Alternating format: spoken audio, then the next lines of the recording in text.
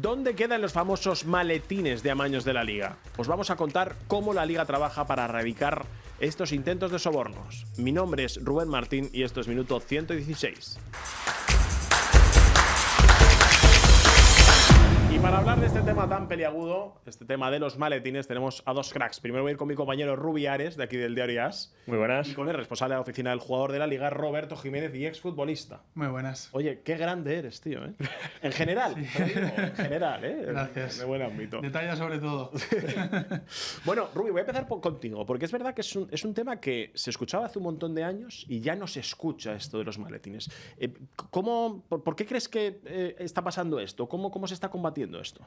Es verdad que al final es un asunto peliagudo y desagradable que cada vez se comenta menos, y también yo creo que hay una doble vertiente, una doble actuación que se ha hecho, que una es para combatir esta trama que lleva implícita al final el dinero. Se ha combatido con dinero porque al final, a través de los derechos audiovisuales, lo que está haciendo la Liga es a esos equipos que no se juegan nada y que al final les puedes intentar engañar de meterse en estas cosas ilegales, le dices, a ver, si tú quedas un puesto por encima o por abajo en la clasificación a final de temporada, puedes llevarte a lo mejor 900.000 euros más, es decir, casi 1.000.000 de euros. Pongamos que el salario mínimo en primera ronda los 200.000, que era un poquito por debajo. Okay. Es decir, puedes pagar al final 3 jugadores. Es decir, el salario mínimo de 3 jugadores, de 3 canteranos que les quieras dar la oportunidad de jugar, les puedes dar al final esa ficha. Ahora que todos están con el límite salarial, al final es una forma de combatir con dinero esta trama ilegal. Y luego hay otra que al final es una forma de advertirles y concienciar a los jugadores, y es que el Departamento de Integridad de la Liga todos los años se hace un tour por toda España y va visitando vestuario a vestuario a los jugadores. Habla con el cuerpo técnico, con los distintos futbolistas, habla también muchas veces con filiales. Ha habido en ocasiones que se ha hablado incluso con clubes de primera federación y segunda federación, porque ahí es donde más se están despertando las alarmas. Por ejemplo, en esta última temporada ha habido 6 alarmas. Okay. Al final la Liga controla todo el mercado de apuestas y va diciendo, ojo, cuidado que aquí hay algo raro respecto a lo que se apuesta normalmente. Okay. Pues según le va saltando esas alarmas, normalmente suele ser en el fútbol profesional, y ya en el fútbol profesional, en primera y segunda división, no hay nada. Es decir, desde la Oikos o el último caso, el de Quique Salas, hace un par de años por las tarjetas amarillas, ya no ha habido alarmas, y al final lo que hacen es concienciarle, decir, oye, tener cuidado, es decir, no tanto ya vosotros de que os engañen, sino también de concienciarles, es que tú no puedes apostar, ni tu entorno, y les hacen esa advertencia y les enseñan lo que pueden hacer y qué no pueden hacer. Okay. Sobre todo, al final, una cosa para combatir esta tendencia son 2 cosas: dinero para premiar a los clubes y tengan que jugarse algo aunque sea solo dinero y no puestos es decir, dejando al lado el liderato, Europa y el descenso. Los que no se juegan nada, pues dices, bueno, al menos juégate 1.000.000 de euros, que siempre es agradártelo, llevártelo. Tengo un incentivo, ¿no? Y luego también cogerles a los jugadores y decirle, oye, chicos, esto es grave. Esto es muy serio. Esto es muy grave. Tener cuidado. Ok. Roberto, ya no me voy a ir a tu figura de ahora mismo. Voy a figurar tú cuando eras futbolista. ¿Tú recuerdas cómo combatía la Liga antes esto? ¿Cómo trataba estos temas? No sé si venían a los equipos a contaros cosas. Bueno, ha evolucionado todo en este sentido, como ha evolucionado el fútbol profesional en nuestro país, en absolutamente todos los temas, ¿no? Piensa que cuando yo empecé a jugar al fútbol de manera profesional, a nivel de apuestas solo existía la quiniela. Bueno, claro. Sí. Entonces, a nivel individual, piensa lo difícil que podía ser para un jugador influir en un resultado de un partido cuando las apuestas que se podían hacer de manera legal era la quiniela. Con la evolución y la introducción y legalización de las apuestas en el deporte, se ha personalizado mucho más todo cantidad o todo número de cosas en las que un jugador puede apostar, y eso ha hecho que pueda ser más sensible y más determinante a nivel de apuestas que el comportamiento de un futbolista en un partido sea susceptible de hacer que gane o pierda dinero por una apuesta. Entonces, ya partiendo de esa premisa, imagínate cómo ha incrementado el riesgo en el fútbol profesional. Cuando, te digo, ¿no? Cuando yo empecé a jugar, a nivel de apuestas era impensable. El otro tema, a nivel de intentar decidir resultados de partidos para favorecer a los equipos que pudieran necesitar algo o simplemente por otro tipo de intereses, bueno, pues ha habido una evolución que Rubí ha explicado perfectamente, ¿no? Todo tipo de medidas que se están intentando utilizar ahora combaten directamente contra este tipo de comportamientos. Sí es verdad que cuando más exposición había a este tipo de cosas, yo todavía era debutante o era novato en el fútbol profesional, y aunque pudieras intuir que pudiera haber alguna cosa, nunca he estado en un vestuario con un peso importante como para sentir verdaderamente o entender verdaderamente que cualquier tipo de cosas como esa podían estar ocurriendo. Está bien, es verdad que la evolución de quizás ya no es el fútbol, sino la evolución de las casas de apuestas ha llevado a quizás a encender más alarmas y que la liga trabaje de esta manera que está trabajando también para que esto no ocurra, ¿no? Tú también has estado en Grecia, en Portugal y en Inglaterra, si no recuerdo mal. ¿Recuerdas cómo se trabajaba también allí este tema o quizás no estaban tan pendientes? Bueno, me pasa un poco lo mismo, ¿no? Ha dependido también de las etapas y de la propia idiosincrasia de los países, ¿no? Por ejemplo, en Grecia, en un lugar en el que he disfrutado mucho, el fútbol profesional vive una situación, el ecosistema vive una situación que podemos comparar con España hace 20 años, ¿no? No solo a nivel de lucha contra las apuestas, contra la piratería, control económico, todo tipo de cuestiones que afectan al fútbol profesional llevan un retraso en este sentido respecto a nosotros. Entonces he vivido situaciones diferentes, ¿no? Adaptadas más a tiempos anteriores de nuestro país.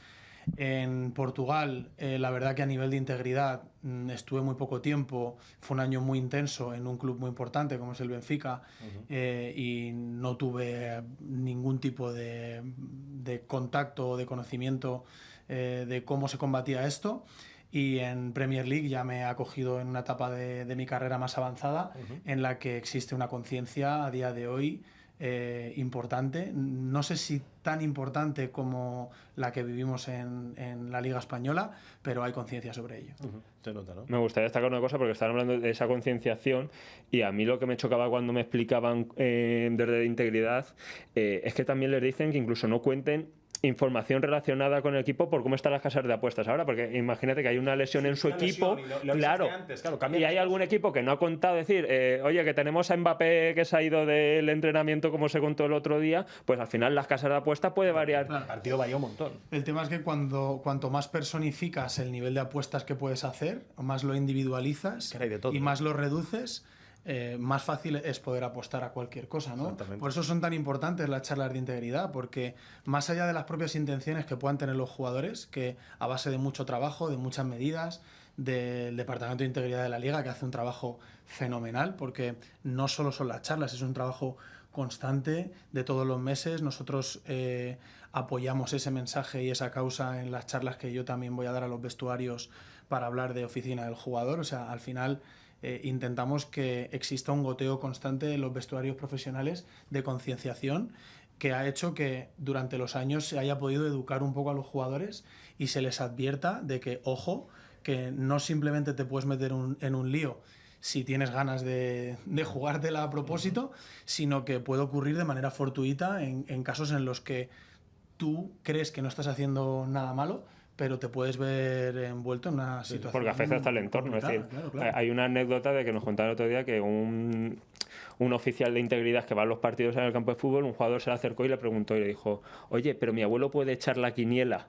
Es decir, a ver, teóricamente por ley no está explícito decir, no, hasta tal grado no pueden echarlo, pero lo que recomiendan es nadie de tu entorno que apueste, es decir, no te la juegues. Al final, lo de la quiniela es un poco, otras veces siempre dicen, a ver, tu abuelo ganó alguna vez una quiniela, se ha llevado el premio al 15 de la quiniela.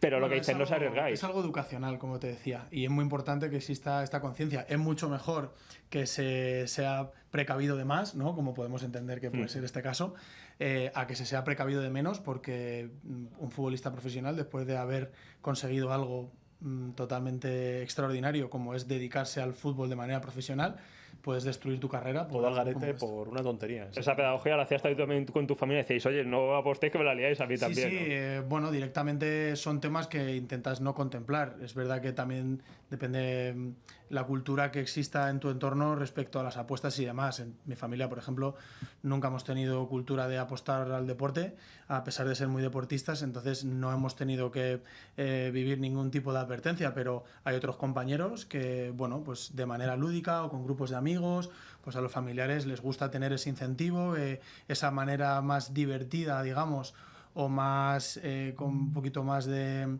diversión de ver el deporte y han querido apostar. Entonces hay que tener esta sensibilidad de entender que te puedes meter en un problema. Oye, una pregunta que tengo, por ejemplo, Rubi, porque ¿qué se sanciona exactamente? Yo pensaba antes, vale, evidentemente los maletines, por dejarte perder, eso evidentemente está mal, pero si un club, por ejemplo, un presidente quiere incentivar a sus jugadores por una victoria, ¿eso se puede hacer? O sea, ¿qué es lo sancionable y qué es lo no sancionable dentro de los clubes? A ver, tenemos distintos escenarios. El primero, el que me estás comentando, de un club le dice a sus jugadores: a ver, chavales, nos estamos jugando el descenso, ir a Europa, último partido, lo conseguimos, os pongo 1 millón de euros en la mesa, tal. Eso es totalmente legal. Solo hay una cosa, es decir, al final estamos hablando del control económico de la liga. El presidente puede decirlo, pero luego de la liga le van a decir: oye, niño, tú no tienes límite salarial para esto. Vale, es importante que entre dentro del límite salarial. Claro, es decir, al final el límite salarial, lo que es esa famosa ecuación de lo que entra dentro de los jugadores, están metidas las primas. Sí, y normalmente a día de hoy, con el control económico, las primas se firman a principio de temporada y forman parte del grueso económico del que dispone un club. Lo pienso muchas veces en los contratos de los futbolistas. Famoso, si gana el Balón de Oro, no sé qué, si llega a una cifra, no sé qué. Eso evidentemente es una cosa legal porque está dentro del propio contrato. Además, hay algunos criterios que dicen: si marca 5 goles y ven que de media está marcando 20 goles, se lo computan directamente y se lo restan del límite. Y está contemplado en el control económico. Esta es una conversación diferente, que se dice más de control económico. Vienes cuando quieres otro día. Pero el control económico recoge todas estas circunstancias. Entiendo. Para que también no se pueda jugar con el hecho de incentivar a jugadores con objetivos demasiado fáciles y que no te conmuten en tu ficha, y si te conmuten como prima, entonces el control económico recoge todas estas cantidades, las metes dentro del mismo paquete y así pues queda todo organizado y bien. Esto es muy interesante, esto igual otro día también lo podríamos... Sí, hay que buscar otro programa. Y luego también hay que diferenciar otras cosas, que es si tiene sanción penal o deportiva, que es, por ejemplo, primar tú a otro equipo, decirle al equipo contra el que se vaya a enfrentar, es que no quiero nombrar ninguno para que no se nos cabre, que luego son muy... Equipo X. El equipo X prima al equipo Y para ganar al equipo Z. Al final eso deportivamente está penado, porque dice: a ver, si es que ese equipo de por sí tiene que ir a ganar. Es decir, tú no puedes del juego, ¿no? Exactamente, tú no puedes sancionar penalmente, eso no está sancionado, pero deportivamente sí. Lo que sí está sancionado deportivamente y penalmente es el amañar un partido de tú déjate ganar. Es decir, eso sí que... Y que al final hay sanciones de penas de cárcel de hasta 4 años. Digamos que todo lo que no sea incentivar a tus jugadores por conseguir un objetivo y que quede legalmente reflejado es línea roja y no se puede. Estabas hablando de que a veces esas charlas, ¿no? Esas en los vestuarios de los equipos y demás. ¿Tú crees que los jugadores están muy concienciados con este tema? O sea, entiendo que ahí asusta también todo lo que te puede pasar. Tú lo has explicado muy bien, que un jugador que le cuesta llegar a un mundo, ¿no? Porque además siempre digo que también hay una varita de suerte que te tiene que tocar en la cabeza para poder llegar a primera división o al fútbol profesional, jugártela todo, a perderlo todo por una tontería. ¿Tú crees que ellos están como muy concienciados de esta situación? ¿Tú lo notas en esas charlas? Sí, hay conciencia. De hecho, el responsable de integridad de la liga me mandó antes de ayer una foto en la que él me estaba dando una charla a mí en el Málaga hace unos años, porque hemos hablado mucho de esto. Al final hablamos mucho de esto, intentamos compenetrarnos también por mi rol y mi conexión con los jugadores y su rol y su conexión con los jugadores dentro de la liga.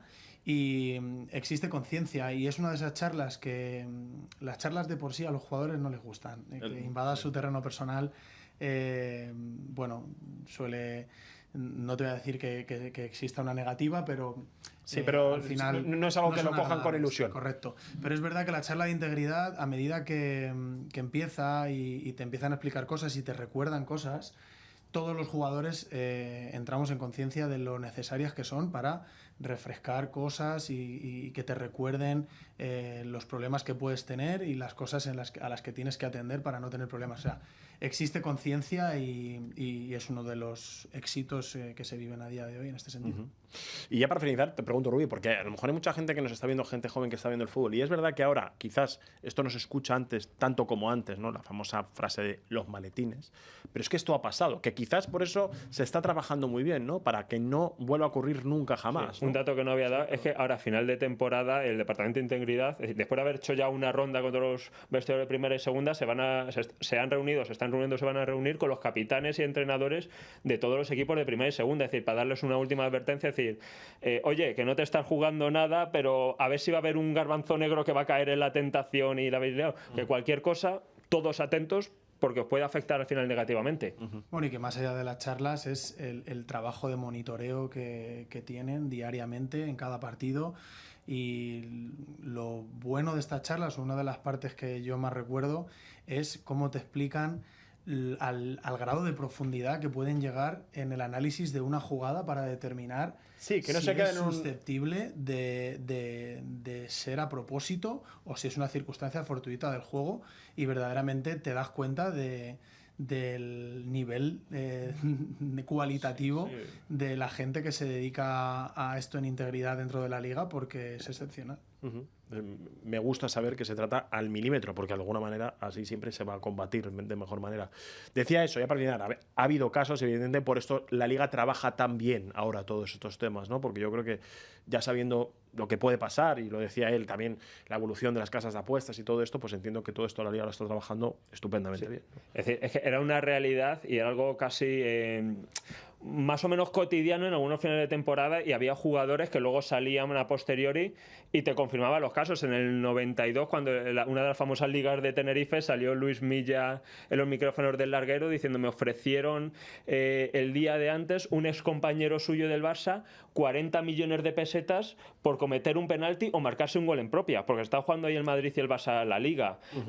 Otro caso, en el 91, Jesús Gil les dijo a los jugadores del Atlético: oye, dejaros ganar, que vosotros ya no jugáis nada contra el Español, que puede descender, y así el año que viene podemos fichar a un jugador del Español que está más o menos medio hablado. Y esto lo dijo Futre, es decir, abiertamente. O luego tenemos casos más recientes, como es Osasuna, que entre 2012 y 2014 esto ha ido a juicio, se le ha juzgado por primar a rivales, a equipos que era el Betis, el Valladolid, si no me equivoco, para ganar a su rival, que eso, deportivamente estaba en lo que hemos comentado, que no se puede primar, y luego que intentó amañar un partido contra el Getafe. Es decir, al final esas cosas, lo que estamos hablando justo de los aspectos de que estaba penado penalmente y deportivamente. Son casos al final de maletines e intentos de amaños que han existido a finales del siglo pasado y a principios de este, que era una realidad que la última década se ha combatido muy duramente, y que ya al final es una anécdota muchas veces de cuando hablamos el biscotto, cosas de esas, que ya se ha quedado más en anécdota que en una realidad.